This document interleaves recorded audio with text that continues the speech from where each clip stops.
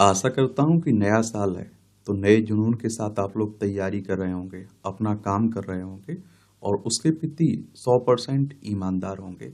आशा ही कर सकता हूँ आप लोगों से। तो कोशिश करिए कि पूरी तरह से उसी काम को करिए जिससे आपको प्यार हो। ठीक है, चलिए तो आज के जो संपादकीय पाठ है उसके बारे में हम लोग बात कर लेते हैं। ये आपको प्रीलिम्स में, मुख्य परीक्षा में और इंटरव्यू में हर जगह मदद पहुंचाता है। चाहे आप लोग स्टेट पीसीएस की तैयारी कर रहे हो, सिविल सर्विस एग्जाम की तैयारी कर रहे हो, और यहाँ से एक सामान्य जानकारी भी मिलते हैं। नए वर्ष में अंतर्राष्ट्रीय चुनौतियां, यानी 2024 जा चुका है, 2025 में क्या चुनौतियां होंगी उन्हीं की बात हो रही है। अब देखिए 20 जनवरी को डोनाल्ड ट्रंप अमेरिका के नए राष्ट्रपति की शपथ ले लेंगे। तो नए वर्ष की दस्तक के साथ नई उम्मीदों का प्रमाण चढ़ना बहुत स्वाभाविक है। चूंकि पिछला साल और उससे पिछले के कुछ साल भी भू राजनीतिक ढांचे में खासी हलचल मचाने वाले रहे हैं, इसलिए और इस साल से सबसे बड़ी उम्मीद तो यही है कि दुनिया में स्थायित्व स्थिरता का भाव बढ़े। और पिछले साल की सरसरी तौर पर एक सिंहावलोकन करें तो पाएंगे कि कई देशों में चुनाव से लेकर तख्ता पलट के नाम रहा और 2024 से बड़े उतार चढ़ाव से गुजरा और अशांति भी रही है बड़ा दुनिया में। यूरोप से लेकर एशिया और दक्षिण अमेरिका से लेकर अफ्रीका तक राजनीतिक वर्ग जनता की अपेक्षाओं पर खरा नहीं उतरा और कई वैश्विक नेताओं को साख के संकट का सामना कभी करना पड़ा। अमेरिका में डोनाल्ड ट्रंप की नाटकीय रूप से सत्ता में वापसी और सीरिया में बशर अल असद के दशकों से स्थापित शासन का पतन जैसे अलग अलग राजनीतिक रंगों को देखते हुए यह कहना गलत नहीं होगा कि वैश्विक ढांचा दूसरे विश्व युद्ध के बाद से सबसे नाजुक दौर से गुजर रहा है। ऐसे में इस साल से बड़ी उम्मीद है। दुनिया के अलग अलग कोने संघर्ष का मैदान बने हुए, यही यह कोई दबी छिपी बात नहीं है। किसी भी युद्ध की बड़ी भारी कीमत चुकानी पड़ती है। राजनीतिक और आप देखिए आर्थिक एवं नैतिक सभी स्तरों पर इसका असर पड़ता है। जो लोग प्रत्यक्ष रूप से युद्ध का हिस्सा नहीं होते हैं वे भी किसी न किसी रूप में उससे प्रभावित होते हैं। विकसित देशों में लंबे समय से यह धारणा स्थापित हुई है कि सुदूर लड़े जाने वाले युद्धों से उन पर कोई असर नहीं पड़ेगा। बीता साल उस धारणा को ध्वस्त करने वाला सिद्ध हुआ है। ऐसे में स्वाभाविक है कि स्थायित्व एवं स्थिरता के लिए इस साल कुछ नया गुणा गणित करना होगा और इसकी आवश्यकता इसलिए भी कहीं अधिक बढ़ गई है क्योंकि भू राजनीतिक प्रतिस्पर्धा का नए सिरे से बढ़ना चिंताजनक है। इस कड़ी में विशेषकर आप देखिए पश्चिमी लोकतांत्रिक देशों का रूस, चीन जैसी अधिनायकवादी शक्तियों के साथ संघर्ष तो बढ़ा ही है। यूरोप एवं पश्चिम एशिया में युद्ध नए मोर्चे भी बन गए हैं और इसने शीत युद्ध के उपरांत उदार लोकतांत्रिक स्थायित्व से जुड़े आशावाद को चुनौती दी है और इस रुझान ने वैश्विक ढांचे के नाजुक पहलुओं को रेखांकित करने के साथ ही परस्पर आर्थिक निर्भरता और अंतर्राष्ट्रीय संस्थानों को भी सवाल के घेरे में खड़ा कर दिया है। पारंपरिक सत्ता शक्ति वाली राजनीति की वापसी ने यही दर्शाया कि वैचारिक एवं भू राजनीतिक टकराव की गुंजाइश अभी कायम है। यह वही राजनीति है जो सेना के जरिए सीमाओं को नए सिरे से खींचने में विश्वास रखती है। तकनीकी प्रगति भी सैन्य रणनीतियों से लेकर युद्ध क्षेत्रों को बड़े पैमाने पर प्रभावित कर रही है। नए वर्ष की शुरुआत एक ऐसे समय पर हो रही है जब दुनिया भू राजनीति की शक्तियों के विभिन्न पहलुओं के अनुरूप ढल रही है। यूक्रेन युद्ध, इजरायल हमास टकराव, प्रमुख व्यापारिक समुद्री मार्गों के समक्ष उत्पन्न हो रहे खतरों से लेकर स्वाभाविक रूप से चीनी चुनौती दुनिया भर के नीति निर्माताओं को अपनी नया पार लगाने के लिए नए चश्मे से नीतियां बनाने की ओर उन्मुख कर रही है। वर्तमान स्थितियां ऐसी हैं कि जो आर्थिक पहलुओं के जरिए वैश्विक राजनीति को प्रभावित करने वाली अवधारणा को लेकर पुनर्विचार करने पर मजबूर कर रही है। डोनाल्ड ट्रंप का उभार इसी का संकेत है कि जो वैश्वीकरण के असमान फायदों का राग अलाप रहे हैं उन्होंने अमेरिकी राजनीति की धारा को इस मुद्दे के जरिए नाटकीय रूप से बदल भी दिया है। आर्थिक एवं रणनीतिक मोर्चे पर ट्रंप का पहला कार्यकाल शेष विश्व के साथ अमेरिका की सक्रियता सहभागिता के स्तर को नए सिरे से निर्धारित करने वाला रहा था। अमेरिकी राजनीति का इस कदर अंतर्मुखी होते जाना शेष विश्व के लिए एक चेतावनी भरी खतरे की घंटी है जो वैश्विक सुरक्षा के प्रमुख गारंटर के रूप में अमेरिका पर हद से ज्यादा निर्भर रहा है। और एक ऐसे समय जब बड़ी शक्तियों के साथ वैश्विक समुदाय का मोह भंग हो रहा है तब ग्लोबल साउथ यानी कि विकासशील देशों की भूमिका स्वतः महत्वपूर्ण हो जाती है। मौजूदा रुझानों को देखा जाए तो आने वाले समय में वैश्विक वृद्धि की दशा और दिशा में ग्लोबल साउथ की अहम या आप देखते हैं कि भूमिका रहेगी और जिसमें भारत शीर्ष पर रहने वाले देशों में से एक होगा। और इसलिए विकासशील देशों के लिए यह आवश्यक ही नहीं अपितु अनिवार्य भी हो जाता है कि वे इस वास्तविकता को समझकर उसे ग्लोबल गवर्नेंस के ढांचे में भी दर्शाएं। चाहे जलवायु परिवर्तन से निपटने के लिए बनने वाली योजनाओं की बात हो या आर्टिफिशियल इंटेलिजेंस यानी कि एआई के नियमन की बात हो, ऐसे संक्रमण काल में ग्लोबल साउथ तो भारत जैसे देशों की भूमिका निर्णायक होनी चाहिए और इसके लिए नया खाका और अधिकृत केंद्र एजेंडा तैयार करना होगा। वर्तमान परिस्थितियां भारत के लिए एक बड़ा अवसर प्रस्तुत कर रही हैं। एक नए वर्ष में जब चीन अपनी आभा खोज दिख रहा है, तब भारत एक अत्यंत अनुकूल भू राजनीति एवं भू आर्थिक स्थिति में नजर आ रहा है। जब विकसित देश आत्मकेंद्रित होकर अंतर्मुखी होते हुए जा रहे हैं और चीन का अन्य देशों के प्रति आक्रामक रवैया जग जाहिर है, तब वैश्विक नेतृत्व के मोर्चे पर एक निर्बाध की स्थिति उत्पन्न हो रही है और जिसे भरना आवश्यक होगा। और यह काफी हद तक नई दिल्ली के रवैये पर निर्भर होगा कि वह शेष विश्व के साथ कैसे तालमेल बैठाती है और इसमें केवल अपनी चिंता और हितों की परवाह ही नहीं, बल्कि दुनिया के बड़े हिस्सों के हितों और चिंताओं को भी देखना होगा, जिससे अभी तक वैश्विक विमर्श में अनदेखी होती आई है। लेखक ऑब्जर्वर रिसर्च फाउंडेशन में उपाध्यक्ष और लंदन स्थित किंग्स कॉलेज में प्रोफेसर हैं हर्ष पी पंत, इनके द्वारा यह आर्टिकल लिखा गया है। और देखिए, आपके पड़ोस में भी अशांति फैली रहती तो उसमें भले ही आपका कुछ लेना देना ना हो, लेकिन उसका प्रभाव आप पर भी पड़ता है। देखिए, हमारी प्यारी पृथ्वी, इसमें आप देखेंगे ये हमारा प्यारा भारत है, रूस है, यूक्रेन है, ये आप देखिए सीरिया है, ईरान है, ये आपको दक्षिण कोरिया, ये ऊपर जापान, ये चाइना देखने को मिलेगा। यहाँ इजराइल देखने को मिल जाएगा। ये भूमध्य सागर है, ये लाल सागर है, ये अरब सागर है, हिंद महासागर है, बंगाल की खाड़ी है, लक्षद्वीप सागर है। ये सब आप लोग देख लीजिएगा। अंतिम संस्कार पर अप्रिय राजनीति। देखिए, आखिरकार विश्व प्रताप सिंह नरसिम्हा राव अंतिम संस्कार राजधानी दिल्ली में क्यों नहीं हुआ? ये सब आप देखते हैं कि हमारे पूर्व प्रधानमंत्री कौन, मनमोहन सिंह, देश के वित्त मंत्री रहे, आरबीआई के गवर्नर भी रहे। आरबीआई यानी रिजर्व बैंक ऑफ इंडिया की बात हो रही है, केंद्रीय बैंक है, राष्ट्रीय बैंक। 1 अप्रैल 1935 में स्थापना हुई थी, मुंबई महाराष्ट्र में इसका हेडक्वार्टर देखने को मिलेगा। तो उस पर जो राजनीति हुई है ना, उसी को लेकर बातें हो रही हैं। और मैंने कहा ना कि हमारे देश की राजनीति बड़े निचले स्तर पर जा पहुंची है।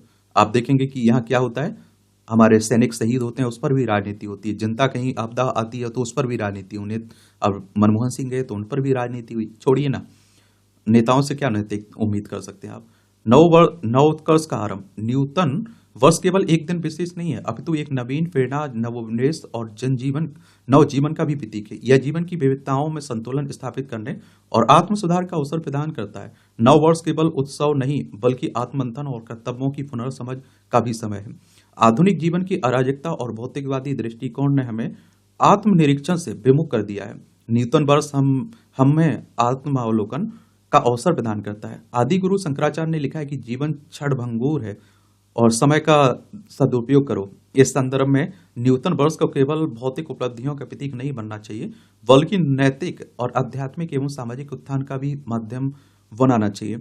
हमारे समाज में न्यूटन वर्ष की अवधारणा को केवल हर्षोल्लास और मनोरंजन तक सीमित कर दिया गया है और इसे आत्म संयम, समय प्रबंधन और ध्येय की पुनर्रचना के संदर्भ में देखना चाहिए। स्वामी विवेकानंद के शब्दों में, उठो जागो और तब तक ना रुको जब तक कि लक्ष्य प्राप्त ना हो। यह विचार नूतन वर्ष के महत्व को चरमोत्कर्ष तक ले जाता है।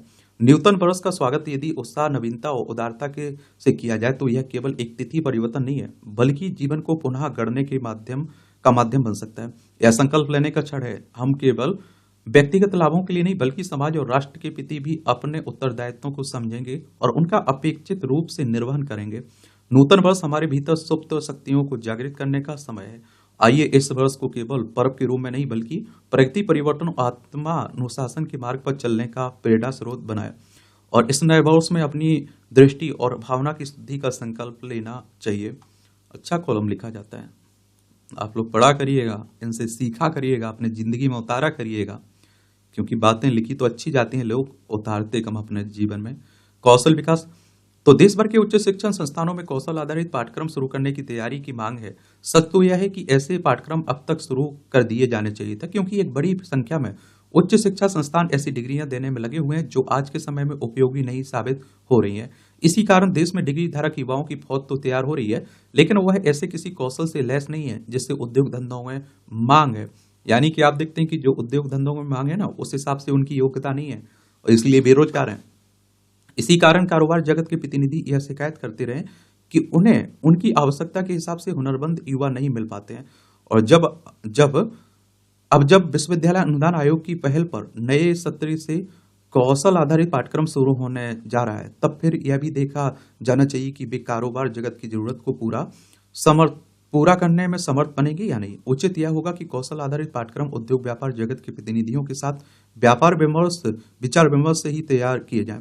ऐसे पाठ्यक्रमों की निरंतर समीक्षा भी होती रहनी चाहिए और उनमें समय के हिसाब से बदलाव की व्यवस्था भी की जानी चाहिए, क्योंकि आज के तकनीकी युग में चीज़ें तेजी से बदल रही हैं। यह समझा जाना चाहिए कि समय के साथ नए तरह के कौशल की आवश्यकता बढ़ती जा रही है और आज युवाओं को ऐसे कौशल से लैस करने की जरूरत है जिससे वे artificial intelligence, data analytics, digital banking, e commerce आदि क्षेत्रों में आसानी से काम पा सकें। कौशल विकास के पाठ्यक्रम एक और जहां स्थानीय जरूरत और मांग को ध्यान में रखकर तैयार किए जाने चाहिए, वहीं दूसरी ओर इस दृष्टि से भी हमारे युवा दूसरे देशों में भी आसानी से रोजगार पा सके। इससे ही उच्च शिक्षा संस्थान और विशेष रूप से डिग्री कॉलेज कौशल विकास के केंद्र बन सकेंगे। कौशल विकास आधारित पाठ्यक्रम केवल उच्च शिक्षा संस्थानों में ही नहीं पढ़ाए जाने चाहिए, बल्कि उनका समावेश स्कूली शिक्षा में भी किया जाना चाहिए, क्योंकि एक बड़ी संख्या में युवा इंटरमीडिएट के बाद ही रोजगार की तलाश शुरू कर देते हैं और इनमें से अनेक केवल इसलिए उच्च शिक्षा संस्थानों में प्रवेश ले लेते हैं ताकि कोई ना कोई डिग्री हासिल कर सकें। यह किसी से छिपा नहीं है कि पर्याप्त उनकी डिग्री उन्हें रोजगार दिलाने में सहायक नहीं हो पाती है। इस तरह उनकी गिनती पढ़े लिखे किंतु बेरोजगार युवाओं में होने लगती है। यह समझा जाना चाहिए कि ऐसे युवाओं की बढ़ती संख्या के लिए वे पाठ्यक्रम जिम्मेदार हैं जिनमें कौशल विकास को प्राथमिकता नहीं दी जाती है और इसकी भी अनदेखी नहीं की जानी चाहिए कि विशेष कौशल वाले कई काम ऐसे हैं जिनकी कोई विधिवत पढ़ाई नहीं होती है। इस समस्या का भी निदान होना चाहिए। साइबर अपराध पर अंकुश देख लीजिए आप भाई। साइबर अपराध से संशंकित लोगों के लिए यह राहत भरी खबर है कि बिहार सरकार ने अब इस पर अंकुश के लिए कमर कस ली है। सभी पुलिस जिलों में साइबर थाने पहले ही खुल गए थे, अब एक स्पेशल सेल बनाने की तैयारी है। इस सेल में आईजी, डीआईजी, एसपी से लेकर पूरी पुलिस टीम होगी जो 24 घंटे अपनी सेवा देगी। इसके साथ ही यह भी व्यवस्था की जा रही कि सेल के अंतर्गत विधि विज्ञान प्रयोगशाला हो ताकि तकनीकी रूप से दक्ष अपराधियों तक पहुंचने के लिए अत्याधुनिक तकनीक का इस्तेमाल हो सके।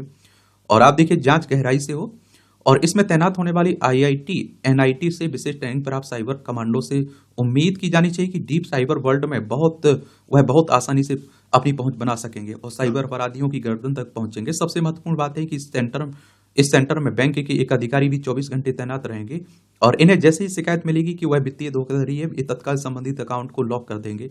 अभी होता यह है कि साइबर अपराधी पैसा हड़पने के बाद तत्काल उसी अकाउंट से दूसरे से तीसरे चौथे अकाउंट तक पहुंच जाते हैं। पुलिस जब तक बैंक के पास इस पर लगाम लगाती है तब तक काफी देर हो चुकी होती है। पैसे निकाल लिए जाते हैं। अगर समय रहते पैसों का ट्रांजैक्शन रोक दिया गया हो तो इसमें रिकवरी में काफी मदद मिलेगी। उम्मीद है कि यह साइबर अपराधियों पर लगाम लगाने में कारगर साबित होगा। अच्छी बात है भाई। और देखिए साइबर में 2-4 बातें हमेशा कह रहा हूं कि एक तो लालच में आप लोग मत आइए, एक डर में मत आइए, किसी भी तरह का डर हो, क्योंकि इन्हीं में लुटने के चांस हो जाते हैं। जागरूक रहिए, सरकार जो कह रही है उसे सुन लिया करिएगा थोड़ा, ठीक है। ये आप देखिए बिहार है, पटना इसकी राजधानी देखने को मिलेगी।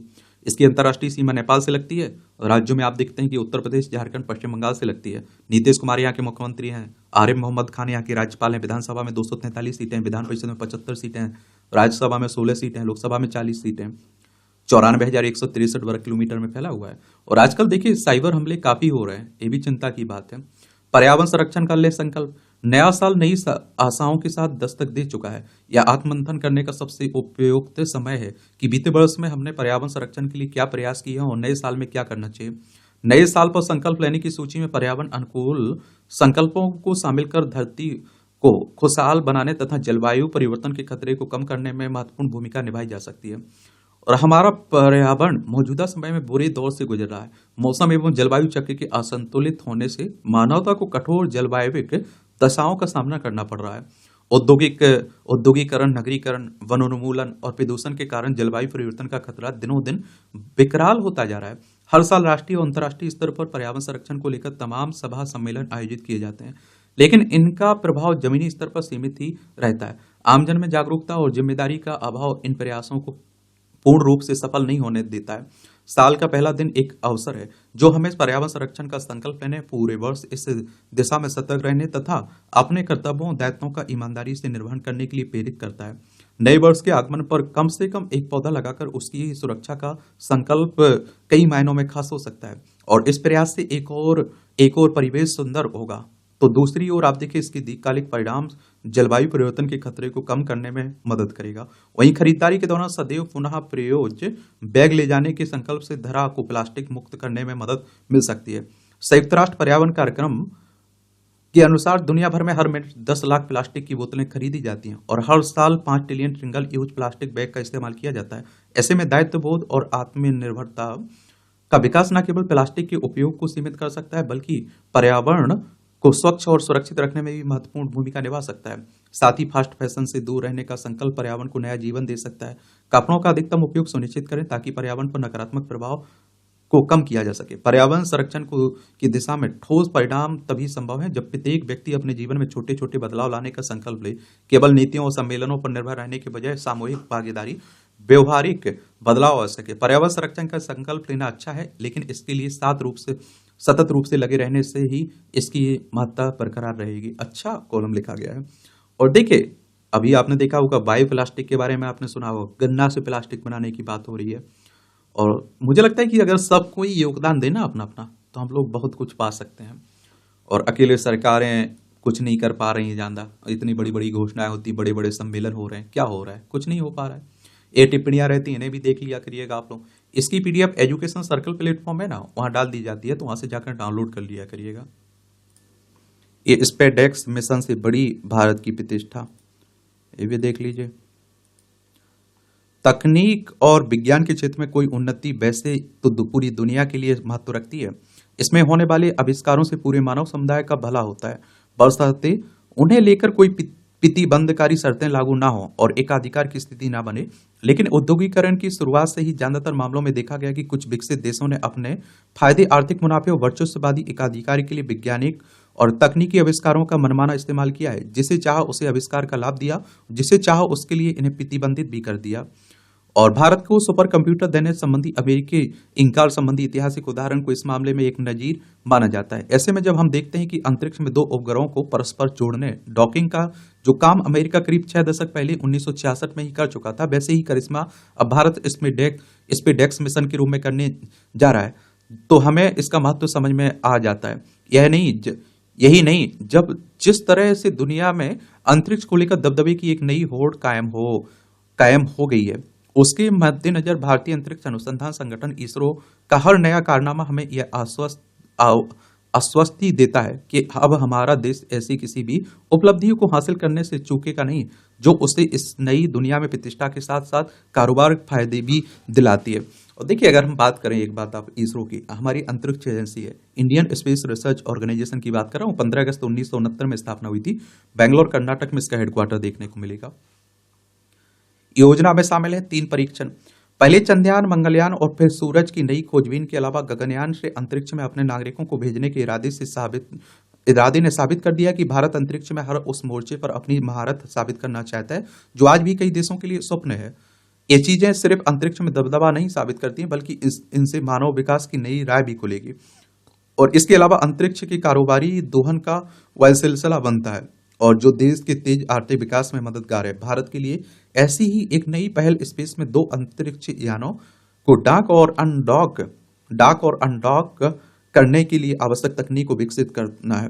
और इस संबंध में हाल ही में इसरो ने श्रीहरिकोटा स्थित सतीश धवन अंतरिक्ष केंद्र में से रॉकेट PSLV C60 की आप देखिए मदद से स्पेडेक्स मिशन सफलतापूर्वक लॉन्च कर दिया है। इस मिशन में 2 छोटे अंतरिक्ष यान शामिल हैं।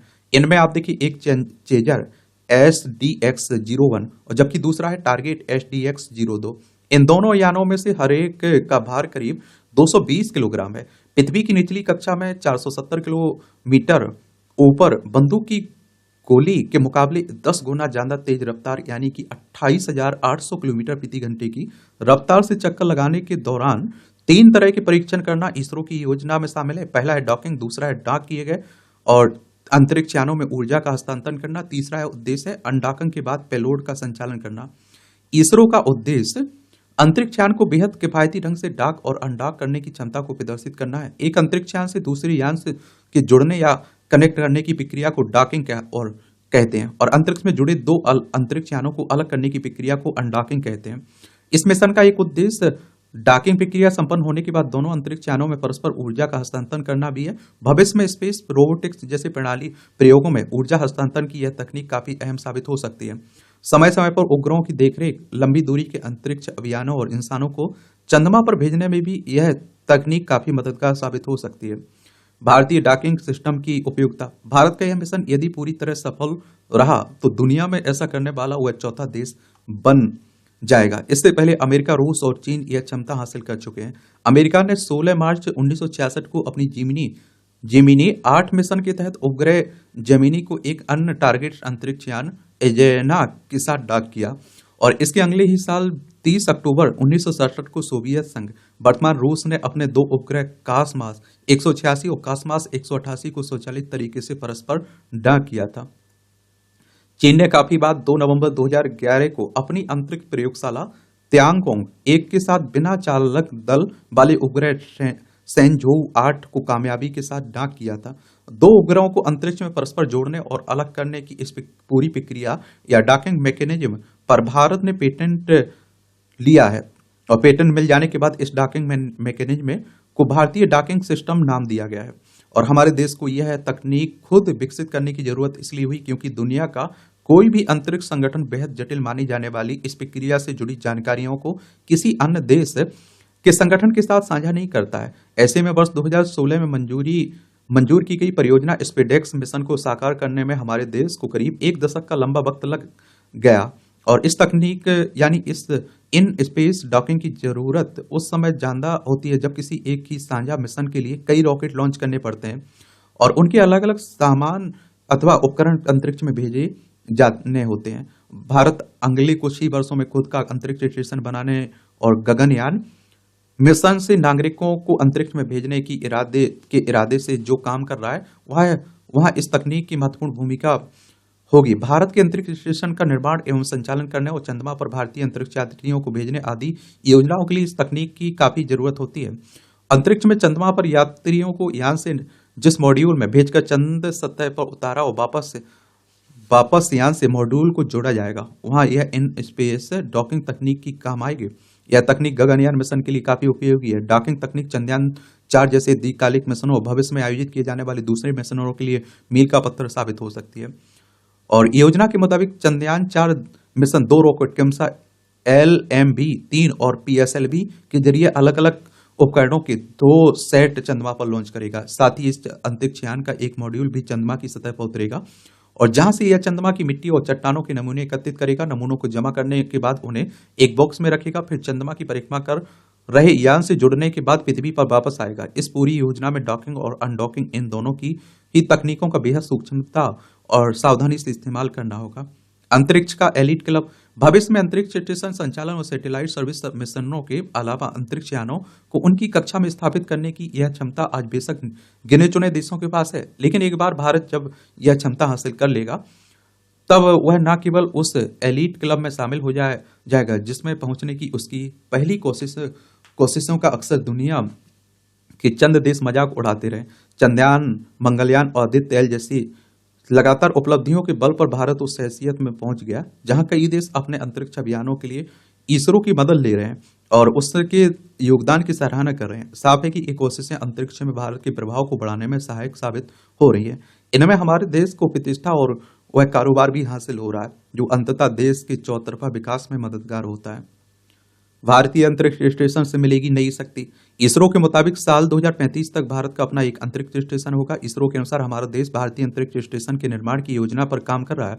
बताया जा रहा है कि 52 टन वजनी यह स्पेस स्टेशन पृथ्वी से करीब 400 किलोमीटर ऊपर की कक्षा में रहेगा, जहां अंतरिक्ष यात्री 15 से 20 दिन रहकर विभिन्न प्रयोग कर सकेंगे। भारत जिस तरह से अपनी अन्य अंतरिक्षीय योजना जैसे गगनयान और खुद के बूते 3 यात्रियों को अंतरिक्ष में भेजने के लिए सक्रियता दिखा रहा है, उन्हें देखते हुए स्पेस स्टेशन का सपना साकार होने में कोई अड़चन नहीं आती है।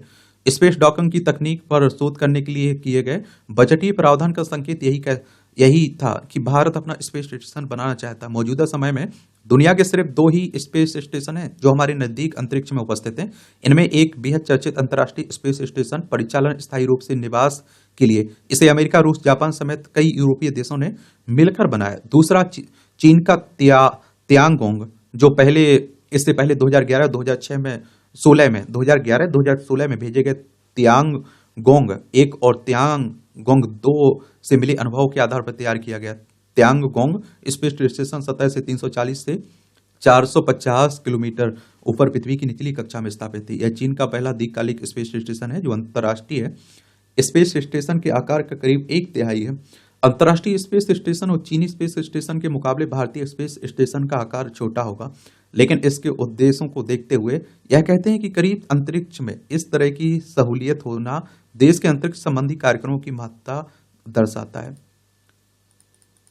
देख लीजिए, आप लोग क्या सोचते हैं, अपनी राय दिया करिए। भैया प्रीलिम्स आपको देना है, मुख्य परीक्षा आपको देनी, इंटरव्यू में आपको बैठना है, तो आपके भी तो विचार होना चाहिए कि आप लोग क्या सोचते हैं, किस तरह की सोच रखते हैं, क्या आप इसमें कुछ बोल सकते हैं तो बोला करिए।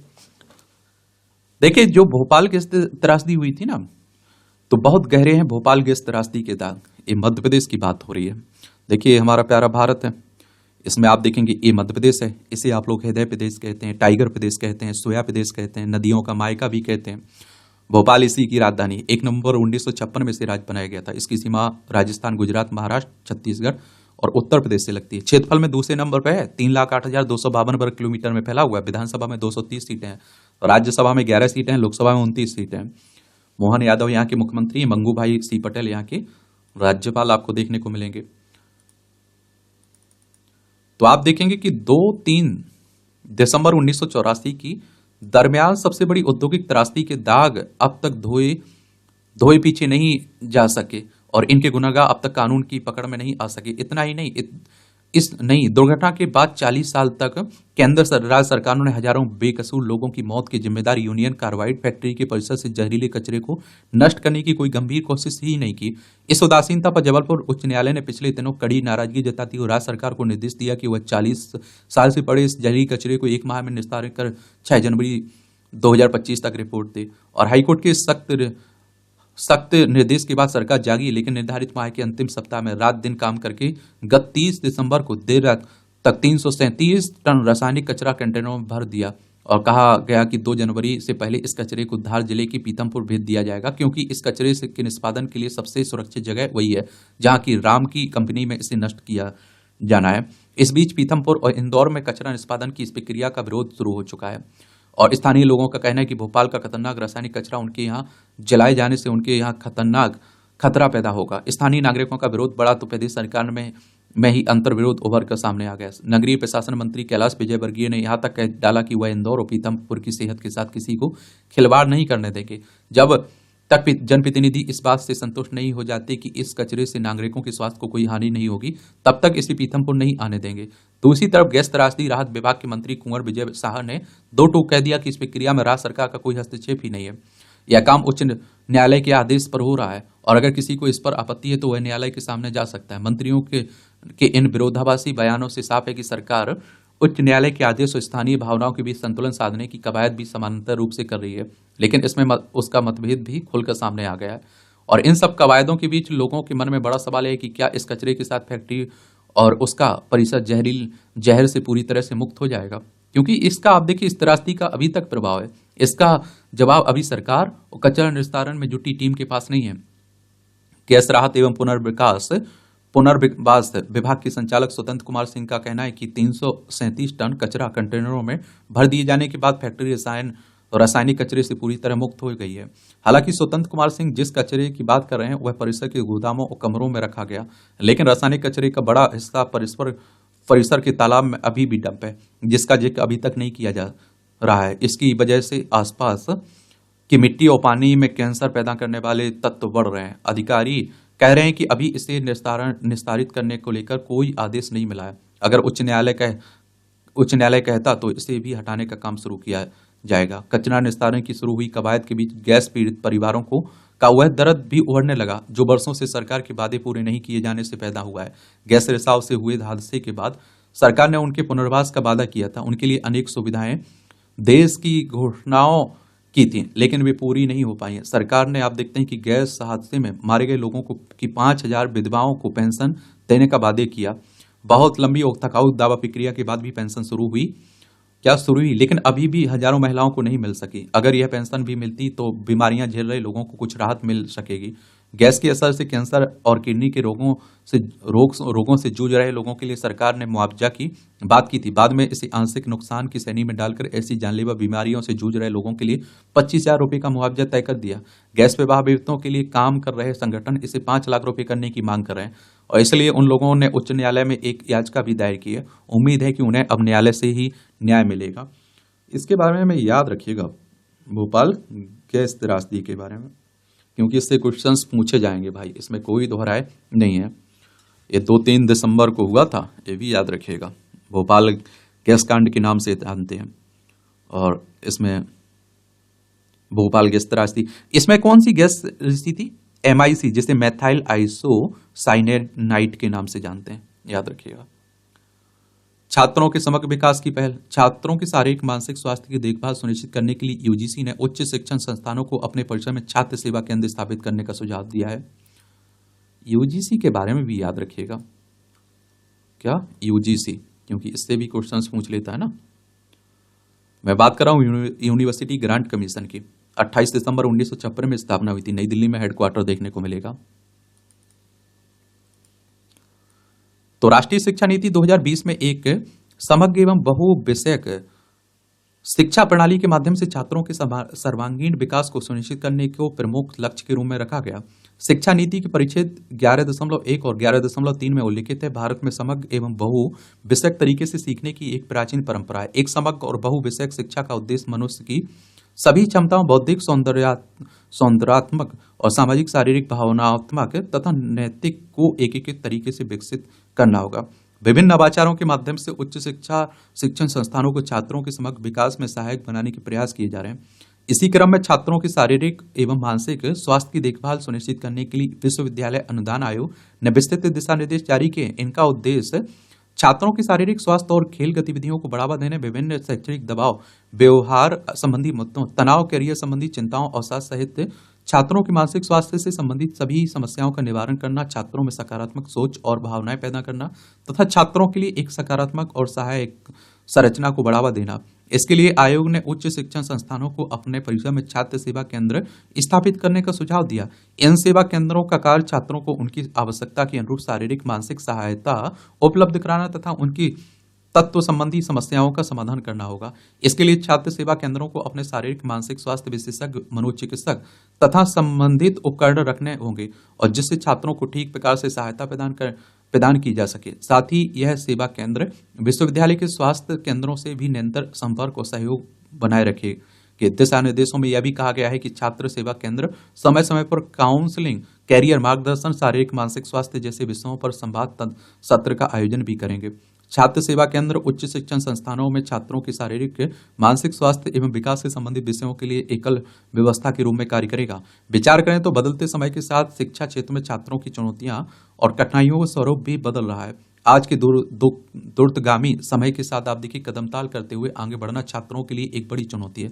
जीवन में तकनीक के प्रवेश ने संभावनाओं के न्यूनतम गवाक्ष अवश्य खोले हैं, किंतु उन गवाक्षों ने से विकास की बयार के साथ साथ नई नई समस्याओं के कुछ तेज झोंके भी आ रहे हैं। उदाहरण के तौर पर स्मार्टफोन और इंटरनेट ने छात्रों के लिए ज्ञान प्राप्ति के दायरे को निस्संदेह बहुत विस्तृत किया है, किंतु इस पर अतिशय निर्भरता छात्रों के शारीरिक मानसिक स्वास्थ्य एवं विकास के लिए समस्या बन रही है।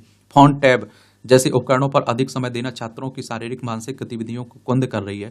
छात्रों की ऊर्जस्वी सक्रियता, एकाग्रता और विषय को समझने की क्षमता पर इसका नकारात्मक प्रभाव पड़ता है, जो कि आप देखते हैं कि उनकी शैक्षिक प्रगति को बाधित करता है। छात्र चीजें नहीं समझ पाते हैं कि परंतु इनकी अपनी क्षति करते रहते हैं। इसके साथ ही बढ़ती उम्र के साथ अपने भीतर आ रहे शारीरिक मानसिक परिवर्तनों को जानने समझने के प्रति भी छात्रों में बहुधा जागरूकता का अभाव ही देखने को मिलता है।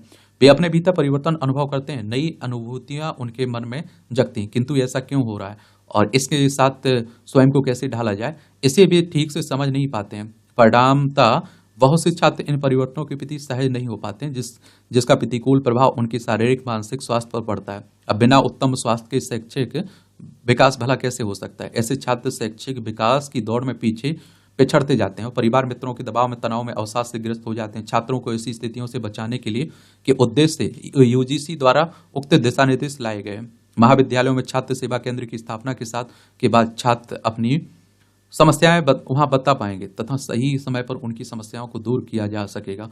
छात्रों के शारीरिक मानसिक स्वास्थ्य को उत्तम रखकर ही उनके सर्वांगीण विकास को सुनिश्चित किया जा सकता है। संतोषजनक है कि राष्ट्रीय शिक्षा नीति ने इस तथ्य को समझा और अब यूजीसी तदनुरूप कदम उठा रहा है।